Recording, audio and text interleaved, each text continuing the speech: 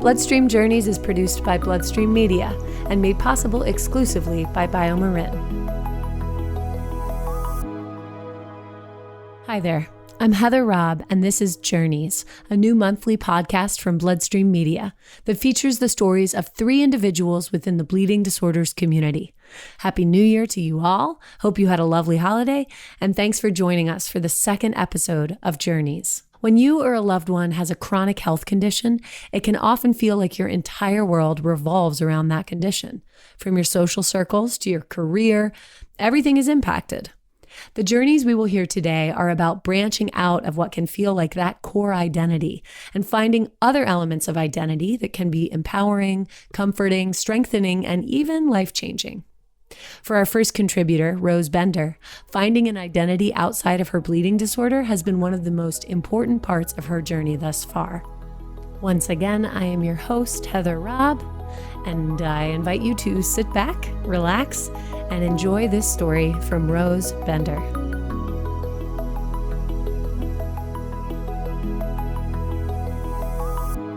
I was a senior in high school, sitting in my last class of the day, when my guidance counselor poked her head in the doorway. She told me that Channel 7 local news had just called and that they were on their way to the school to run a story about my classmate Josh and me. Somehow, they had heard that we had both gotten perfect standardized test scores. Except that wasn't true. Only Josh had perfect test scores. I just almost did, which was great, but definitely not newsworthy. But the newscasters thought that the pair of us would make a better story. So the oversized camera and the big fluffy microphone were ready for both of us. My mom, of course, came to the school, and she decided that this was not a good enough news story. Before I could give my interview, she jumped in and told the newscaster, "But wait, she has hemophilia." They then proceeded to make the news story all about how I was inspirational, accomplishing my almost perfect scores, despite fighting hemophilia. They even included a photo of me, courtesy of my mom, with a needle in my arm mid-infusion. I was so mad at my mom for hijacking my one normal, hemophilia-free moment of fame. Were my accomplishments only impressive because my condition meant everyone had lower expectations for me? Why did everything always have to be about hemophilia? Growing up, my hemophilia was always a part of my life story. I was born with severe hemophilia A, which means that bleeds, infusions, or both have been a part of my life almost daily for as long as I can remember. If you look at my early childhood, there's no shortage of what one might call sob story material. At 9 months old, I was bleeding to death from an as-of-then undiagnosed knee bleed. A blood transfusion, 3 to be exact, saved my life. After that, it was lots of hospital visits and scary injuries. And the girls can't get hemophilia myth meant that proper treatment was almost impossible for me to get. It was a pretty bad time, especially for my parents. Though, to be honest, I don't remember most of it anymore. By the time I was preschool age, I was able to start regular prophy treatment at the doctor's office. This was in the late 90s, when prophy was still new and far from universal, especially for girls.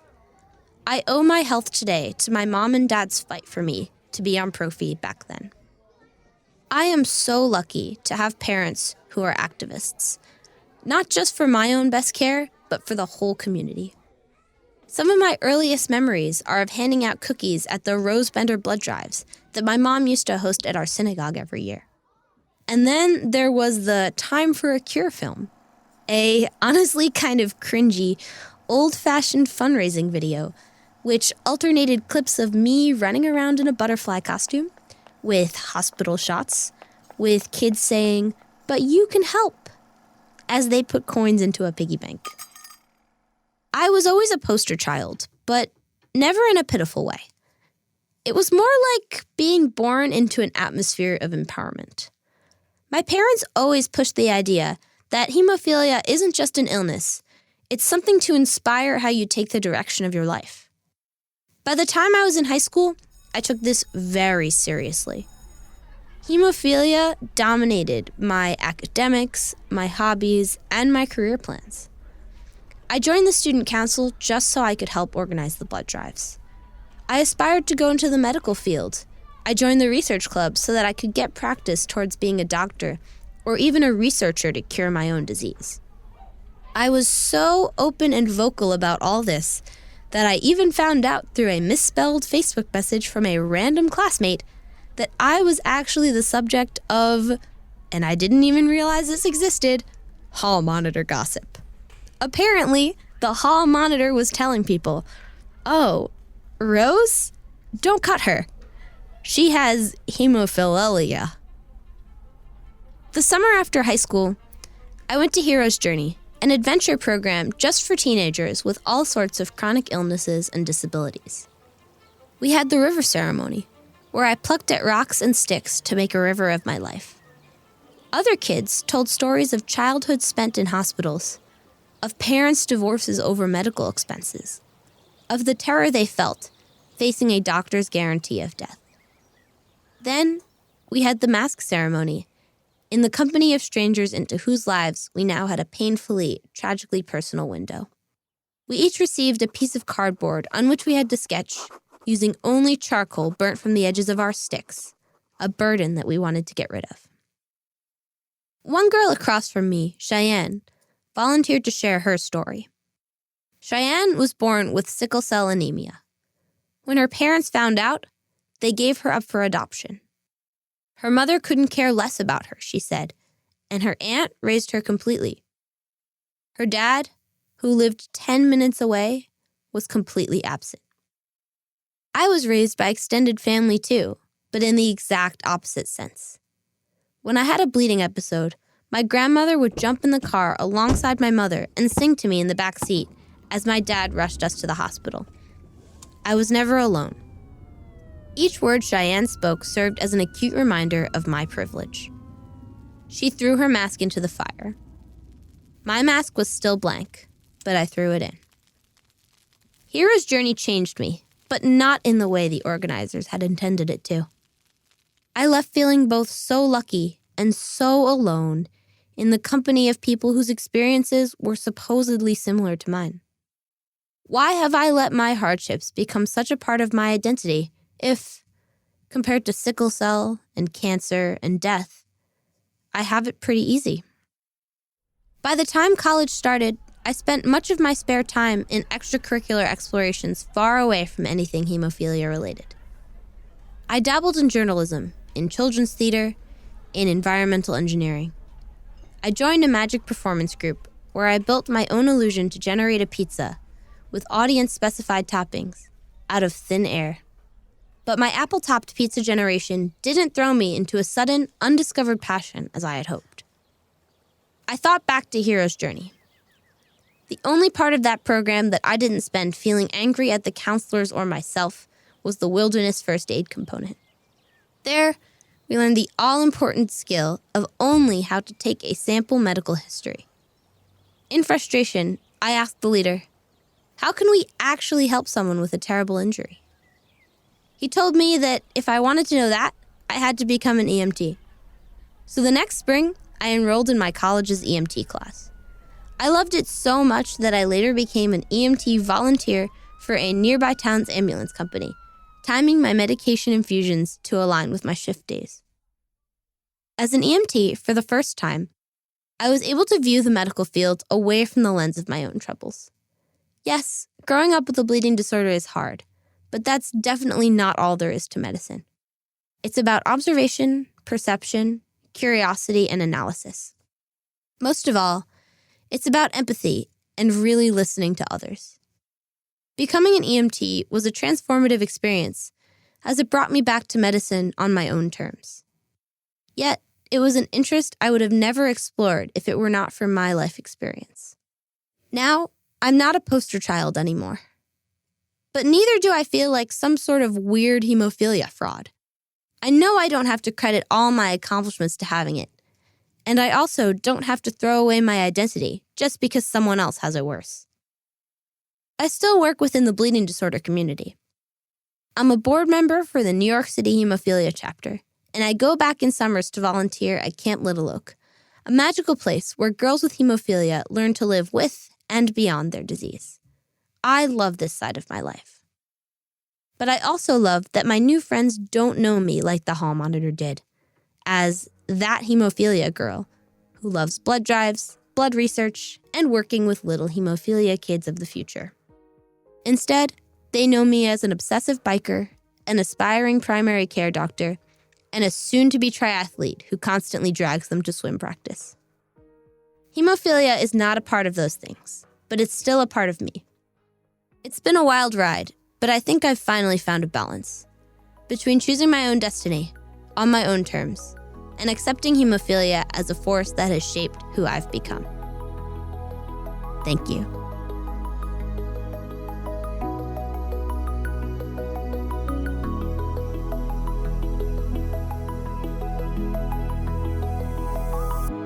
Next, we're going to hear from Rick Starks.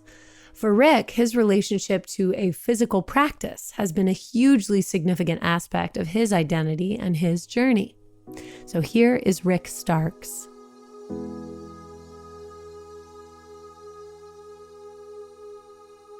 I became involved in the martial arts at age 18 and spent many years training in different styles. I achieved the rank of First Dan, or first degree black belt in Taekwondo. In 1987, I became the Colorado State Heavyweight Champion. You see, in all my years of training, I hid the fact that I was affected with severe Factor IX deficiency. I would train, get injured, heal up, and begin training again without thinking about how this would affect me later in life. The many years of training took its toll, and I succumbed to injuries, resulting in bilateral hip replacements and arthritis throughout my body. Inactivity eventually became my norm, and I ended up suffering a heart attack. In 2010, I went back to my first love, the martial arts, and after several more years of training, became an instructor in Tai Chi. In reflecting on my personal journey, I'd like to speak about the deep effects of Tai Chi, the desire to share, and the desire to help my fellow brothers and sisters in the bleeding disorders community. When I finally returned to the martial arts, I considered myself not very good. I compare myself to other younger, more gifted students who seemed to jump ahead by leaps and bounds. Their stances were deeper, their kicks higher, their progress always further ahead. I struggled to find my balance. I was dismayed when discovering the inability to achieve the perfect form because of my limitations in my joints. I became frustrated. I frequently had conversations with my instructor, but hadn't really approached this subject until I attended a Tai Chi retreat in my second year, held in the beautiful mountains of Arizona. You see, the retreats are demanding both physically and mentally. They are designed for instructors and student alike, but are meant to test your limits. I was exhausted. I tried repeatedly to perform a simple technique known as stand-up and kick. I was unable to find my balance and continued stumbling and falling over. I was ready to quit. The more and harder I tried, the more impossible it became. My instructor called me to the front of the class. He took me by the hand, asking me to trust him.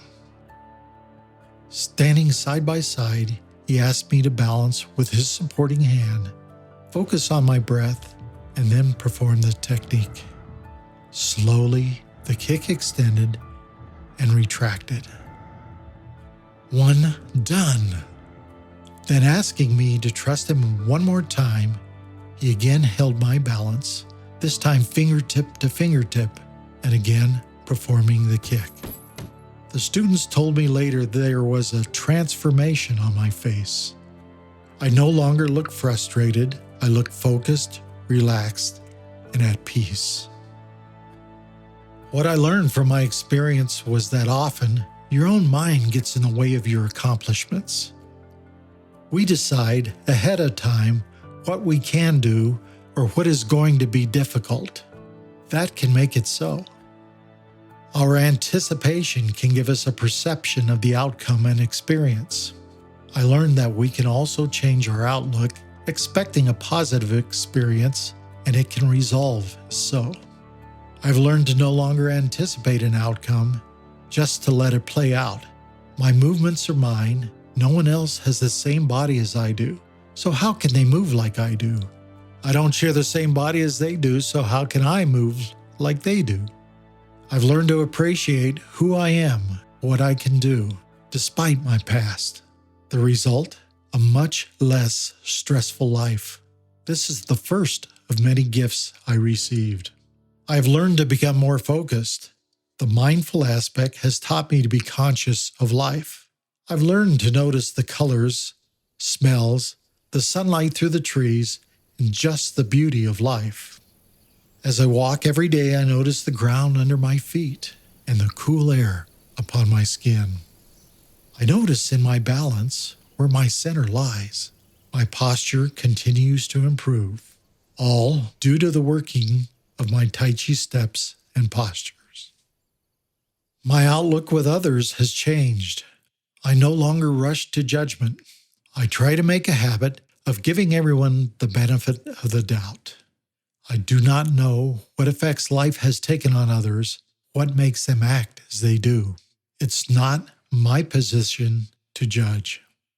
I don't take things personally. I breathe before reacting, allowing myself that split second to think before I act, from the awareness of movement through Tai Chi. My life mission has changed. I was extremely passionate about changing our community. I wanted Tai Chi to be embraced by all. I envisioned groups of hundreds moving together as one. Although it still remains an ideal, it is no longer the focus. You cannot lead people where they do not want to go. That's okay. Not everyone has the same goals. What inspires me is not what inspires others. My actions are to be the best me I'm capable of. If that should inspire just one person, then I have succeeded, because that one person will inspire another and another. Today, my movement is far from perfect. I still strive daily to attain that perfection. Will I achieve it? It's highly unlikely. I don't play Tai Chi to achieve perfection. I play to achieve personal growth. You see, perfection is a goal, not necessarily to be achieved, but to be strived for. If you achieve perfection, where would you go from there? Lastly, we're going to hear from Jonathan Hill. Jonathan's journey has led him to form very important relationships outside the bleeding disorders community, and actually outside the human species entirely. So this is a very sweet story. Here is Jonathan Hill.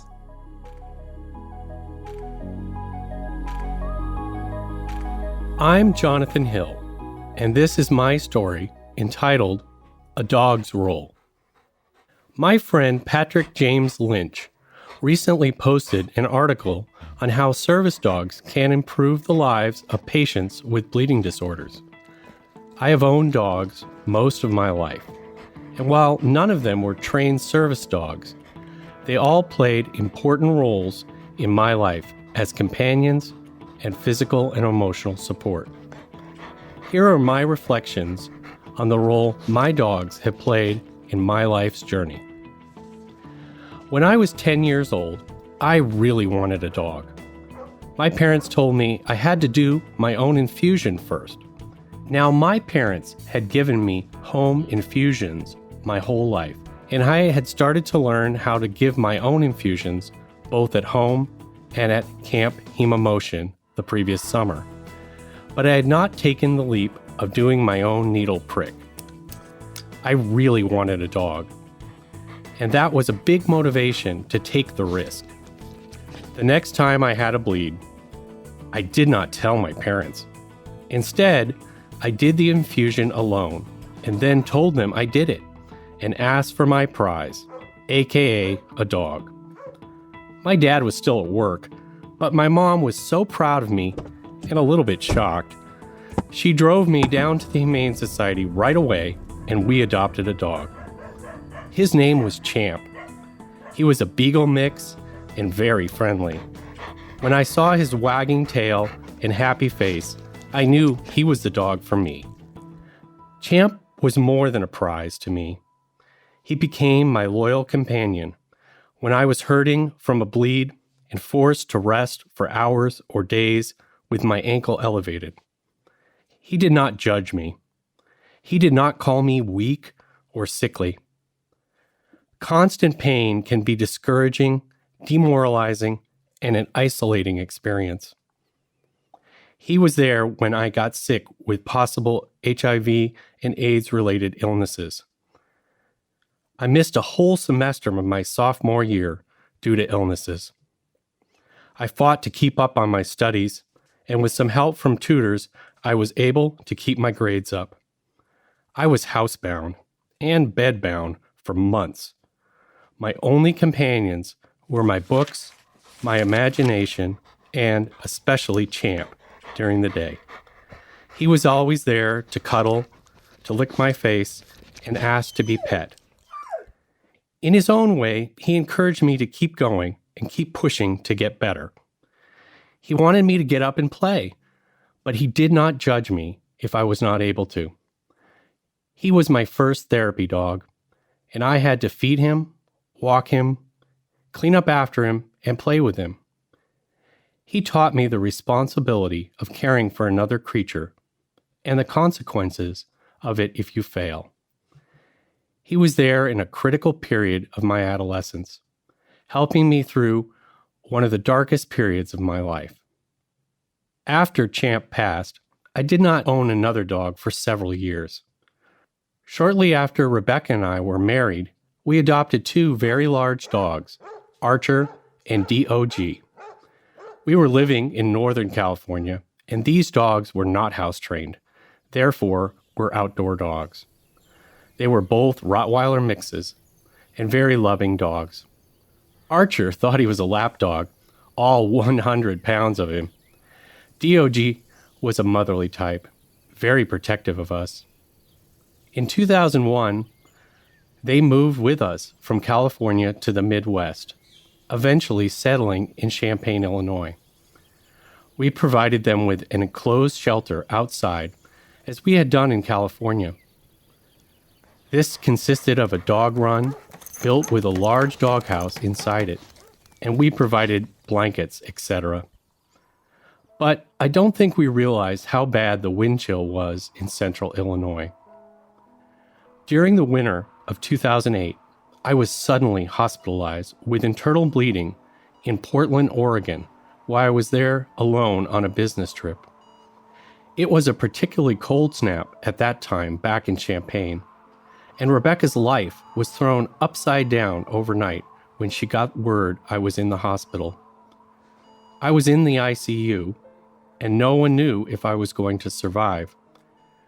She was forced to jump on an airplane with two toddlers in tow. As she was grappling with the possibility of losing me, she got a call from our neighbor that DOG had died, and he had called animal control to dispose of the body. The zealot animal control agent impounded our other dog, Archer, and charged Rebecca with animal neglect and exposure. Rebecca spent hours on the phone with their office from my hospital room in Portland. She was forced to secure a lawyer and tried to explain to them that her husband was dying across the country. They had no sympathy. After several weeks, she and her lawyer were able to convince a judge to let her plead to the lesser charge of animal exposure and pay for the several weeks of boarding they had imposed on Archer. It was an emotionally draining and humiliating experience. Not to mention an additional hardship as she struggled to come to grips with my rapidly declining health. When Archer died a few years later, she vowed never to own a dog again, and I could not blame her. Amazingly, she suggested we get another dog in 2016, knowing that I needed a companion as I was struggling through another very dark period. My fight with advanced liver disease and waiting for a liver transplant, and ultimately recovering from that transplant surgery. She found a dog named Jake. Putting aside her concerns about owning a dog again, she selflessly adopted a dog for me. I will always be grateful for this sacrifice. Jake was a middle-aged Australian blue heeler cattle dog that we got from a rescue. He was a bit of a loner and very anxious. He was used to a quiet home with his first owner. He struggled to adapt to our noisy, chaotic, and busy home. But before too long, he became my constant companion and my walking buddy. Once again, he was my responsibility and gave me a purpose, a loyal friend, and a therapy dog. He was there when the nights seemed to have no end and the doors of my life seemed to be closing. He helped me to keep moving after surgery. He loved going on our daily walks and was so happy I would try to go a little bit further each day. He died in September of 2018 on my birthday. He served me faithfully for 2 years when I needed him the most. He was a good dog, and I miss him very much. I'm glad he was part of my life and part of my journey. I did not realize until recently how important my dogs were to me. Champ and Jake specifically were critical members of my support team. Their unconditional love and loyalty helped lift my spirits and give me a new push or drive during some low points in my life. I miss both Champ and Jake. Today, we have a new dog in our lives. Her name is Lulu. She's a bundle of energy and encourages me to push my limits and embrace my new life. As I mentioned earlier in this journey, my dogs were very valuable companions for me. However, another important companion when I was struggling with pain of bleeds was my imagination. I am blessed with a very close circle of friends, and we love playing and creating stories together for over 35 years through our Dungeons and Dragons campaigns. Many of my life experiences have become part of the narrative of these various campaigns. And this includes canine companions. Occasionally, these coping tools collide, as was the case in at least one campaign. The following is an excerpt from a particular campaign featuring a beloved dog. The hair on back of Scooby's neck stood straight up. He started to growl at the back of the wall of the cell. "What is it, boy?" I said, turning to see a half-man, half-tiger figure emerging from a hidden passage in the wall. The figure was dressed as our patriarch nobleman, host from the dinner, but with the head of a tiger and fur of a tiger all over his body. He was carrying a sword in his hand and snarled at us through his fangs. Clearly, I could tell from his twisted, hybrid form that he was a were-tiger, cursed with lycanthropy. Scooby and I had a special bond that few animals and elves achieve. We were connected on an almost spiritual level due to my ranger training. He could basically sense my thoughts and act out my will with little or no verbal communications. At that moment, Scooby and my eyes locked. I narrowed my eyes and shifted my gaze to the beast. Instantly, Scooby leapt into action, charging the were-tiger. He bit the were-tiger's arm and forced it to drop the sword he was carrying. With the were-tiger distracted, I lifted my bow and fired a spectral bolt of necrotic energy at the beast. The black energy exploded onto the beast's form. It howled in agony and shrank back in shock at the power of the bolt. So I guess the point of this journey is to say I found encouragement, strength, and comfort in multifarious sources, as I faced the many challenges of my bleeding disorder. Sometimes it was in my friendships. Sometimes it was in my imagination. But many times I found companionship and support in the dogs I love, and I will be eternally grateful to each of them for this.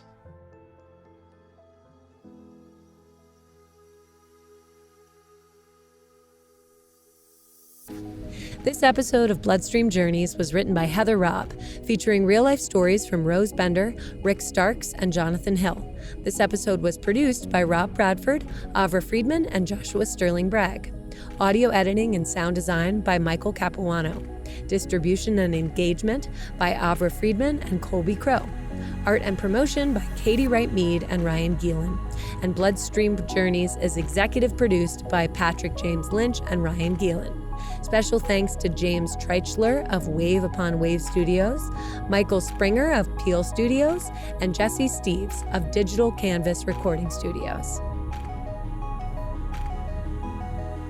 If you want to reflect on your journey to this moment right here, and tell your story, visit us at bloodstreammedia.com/mystory. We have a simple form. Write your story in it. Or tell us a little about yourself and what you want to write about, even if you don't yet know how. And click submit. We'll be in touch, and together we'll get your story told. BloodStream Journeys would not be possible without the incredible ongoing support of BioMarin. So we say thank you to BioMarin for their vision and generosity and all the ways they empower the bleeding disorders community to learn, heal, and grow through self-expression. Thank you, BioMarin. Other BloodStream podcasts include the community touchstone, the BloodStream Podcast. BloodStream is an entertaining and informative podcast hosted by Natalie and Patrick Lynch and provides a 360-degree look at the bleeding disorders community through news, interviews, and informed opinionating on the topics that matter most. We also produce the popular Ask the Expert podcast. Ask the Expert was created to help answer some of the biggest questions we receive from community members, both online and in person, as we travel the country producing content and live events for the community.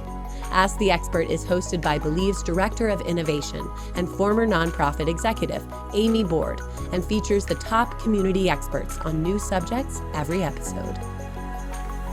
Also, there will be a bunch of new shows and podcasts coming throughout 2020 from BloodStream Media. So be sure to visit www.bloodstreammedia.com for all of the shows produced by us. Or you can search BloodStream Media anywhere podcasts are distributed, downloaded, streamed, or watched. Happy listening.